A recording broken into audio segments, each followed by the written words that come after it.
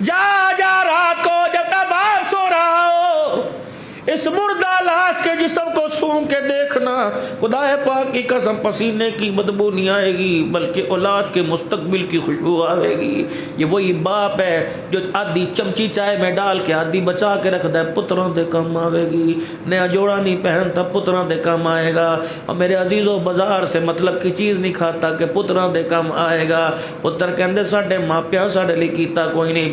اور میرے ویرا، چکلیل کی شادی خانہ آبادی کے موقع پر فقیر عرض کر کے جائے گا، خبردار زندگی کے جو فیصلے تمہاری مرضی میں آئے کر لینا، لیکن شادی والا فیصلہ ماں باپ کی مرضی کے بغیر نہ کرنا۔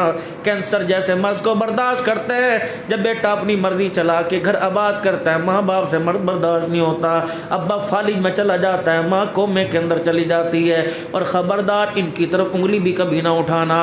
اف کہنا تو دور کی بات ہے، چیخنا تو دور کی بات ہے، چلانا تو دور کی بات ہے، ان کی طرف یوں کر کے انگلی نہ اٹھانا۔ خدا پاک کی قسم، ماں باپ پر تیری انگلی اٹھ گئی تو روزے والا بھی ناراض ہو جائے گا، عرش والا بھی ناراض ہو جائے گا۔ ماں دکھیاری زمین پر کہتی ہے خیر ہوئے، آسمان کے سارے فرشتے کہتے ہیں خیر ہوئے، اللہ فرماتے ہیں پھر میں بھی کہہ رہا ہوں خیر ہوئے۔ باپ یوں کر کے ہاتھ اٹھا لے، اللہ فرماتے ہیں فرشتوں جی جی کیا مانگنے لگا، مجھے پتہ ہے کیا مانگے گا، مجھے پتہ کیا مانگے گا۔ فرشتوں اس کو دے دو دے دو دے دو، اس کو لب نہ ہلانا، مجھے رو کے نہ دکھانا، ظالم کا ظلم برداشت کرتا ہوں، باپ مجھے رو کے دکھائے میری رحمت سے برداشت نہیں ہوتا ہے۔ اس کو کہہ دو 4 بال تیری داڑھی کے سفید ہیں، پتہ نہیں نمازی ہے کہ بے نمازی۔ جب یوں کر کے کہتا اللہ پتنا دی خیر کر دے، اللہ فرماتے ہیں ہاتھ جلدی نیچے کر لے، تجھے میں غم میں دیکھتا ہوں تو میری رحمت کو بھی حیا آنے لگ جاتا ہے۔ ان کو راضی راضی قبر میں بھیجنا، ان کو راضی راضی اپنے گھر میں رکھنا۔ میرے پیارے، شادی کے بندھن میں کوئی ایکس وائی زیڈ، کوئی بھی شادی کے بندھن میں بنے، پہلی رات بیوی کو سمجھا دینا جسم سے چمڑا علیحدہ کر برداشت کروں گا لیکن میرے سے ماں باپ علیحدہ نہ کرنا۔ یوں سمجھ تیری شادی ایک سے نہیں ہوئی، گھر کے 3 افراد سے ہوئی ہے۔ ابا اللہ اکبر، نکاح تو نہیں ہو سکتا لیکن اللہ اکبر آج کی بات میرے باپ کی خوشیوں کی وارث تو ہے، میری ماں کی خوشیوں کی وارث تو ہے۔ انہیں دکھ دے گی تو اپنے شوہر کو دکھ دے گی، اگر یہ دکھی اپنے کمرے میں سوئیں گے تو مجھے تیرے ساتھ بستر پہ لیٹنے پہ آرام نہیں آئے گا، مجھے گرم دے نہ دے لیکن ان کا تو خیال کرنا۔ اگر یہ راضی ہوگے تو کاروبار میں میرے برکتیں آئیں گی، اگر یہ راضی ہوگے تو صحت سلامتی میرے دروازے پر آئے گی، وگرنہ یہ ناراض ہوگے تو میری اولاد سے اللہ میرے منہ پر چپیڑے مروائے گا۔ یہ تربیت تھی جو گھر کے اندر دینی چاہیے تھی۔ اللہ اکبر۔ قاضی شریح رحمت اللہ علیہ کی شادی ہوئی، سنیے بھائی، پہلی رات، اب تو دوسرے دن کہتے ہیں سچ کرنا پڑے ورنہ طلاق ہے۔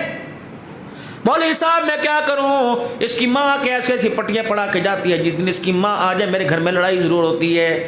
قاضی شریح کا نکاح ہوا، قاضی بیوی پہلی رات آ کے بیٹھی، قاضی شریح نے یوں کر کے گھونگھٹ اٹھایا، کہا معذرت کے ساتھ جسم پہ ہاتھ نہ لگانا، پہلے یہ بتاؤ میری ذمہ داری کتنی ہے، مجھے بتائیں میں نے گھر کا کیا کیا کام کرنا ہے، مجھے بتائیں آپ کو ناشتہ کتنے بجے دینا ہے، مجھے بتائیں آپ ہفتے میں کپڑے کتنی مرتبہ پہنتے ہو، مجھے یہ بتائیں آپ کے سونے کی کیا ترتیب ہے، آپ کے اٹھنے کی کیا ترتیب ہے، رات کو کس وقت سوئیں گے اور آپ کو صبح کس وقت اٹھانا ہے، مجھے آپ یہ بتائیں۔ اللہ پھر مجھے آپ یہ بتائیں، اللہ اکبر، میں کپڑے ہفتے میں کتنی مرتبہ مجھے بدلنے کی اجازت ہے، آپ 10 مرتبہ روٹی کھائیں پکا کے دوں گی، آپ بتائیں جو آپ آٹا لے کے آئیں گے اس میں سے مجھے کتنی مرتبہ روٹی کھانے کی اجازت ہے، مجھے آپ بتائیں کتنے دن بعد میں اماں کے گھر جاؤں، کتنے دن بعد میں ابا کے بلاوے پہ گھر جاؤں، اگر آپ کہیں گے تو چلی جاؤں گی، اگر آپ کہیں کہ آج کے بعد ماں باپ کے گھر میں نہیں جانا تو میں ماں باپ کے گھر میں نہیں جاؤں گی۔ قاضی شریح کی آنکھوں میں آنسو آ گئے اور یوں کر کے دامن پھیل گیا،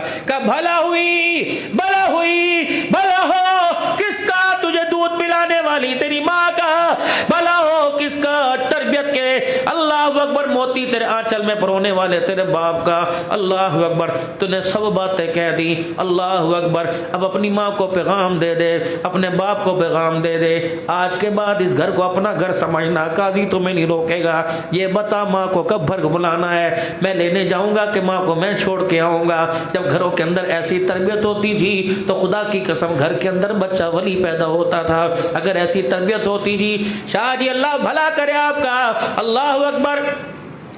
ہم نے تو اپنے پرانے وقتوں میں دیکھا، اور ہماری بھی 55 سال ہو گئی جب تھے 12 13 14 سال کے، اللہ اکبر، میری ماں کے میکے سے ماما آیا کرتا تھا، ہم اسٹیشن سے بیگ سر پہ اٹھا کے پیدل اس کا لے کے آیا کرتے تھے، جب اس کے جانے کی تیاری ہوا کرتی تھی تو اس کا بیگ چھپا دیا کرتے تھے، پھپھیوں کے کپڑے برقے چھپا دیا کرتے تھے، پھپھی رہ جا پھپھی رہ جا۔ اب تو میرے عزیزو اللہ اکبر، پھپھی گھر آوے امی گھر کوئی نہیں رہتی، کہتی لے پہنانو سوال میں پھر آواں گی، اس طرح گھر بنتے ہیں۔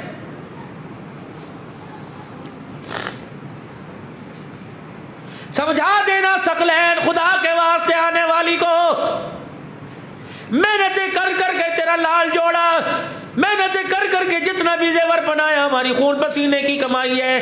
تجھے پتہ ہے میرے گھر کے بسانے میں میری ماں کی کتنی مرتبہ راتوں کے اندھیرے میں دن کے اجالے میں ہاتھ اٹھے، گھر کو جنت بنانے کے لیے آنا، گھر کو جہنم بنانے کے لیے آنا۔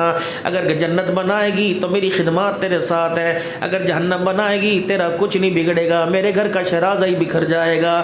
میں تجھے لال جوڑے میں براتیوں کے سامنے لے کے آیا ہوں، اللہ اکبر، پھولوں والی گاڑی کے اندر لے کے آیا ہوں، خبردار یہ پھول کی اہمیت کو، پھول گھر کے اندر کھلنے دینا، وگرنہ تیری مرضی، ہزاروں گھر بنے ہزاروں ٹوٹ گئے۔ یہ ازواجی زندگی کا معیار علماء کرام سے سیکھا جائے، علماء کرام سے آ کے پوچھا جائے کہ ہم نے ازواجی زندگی بنانے کیسی ہے۔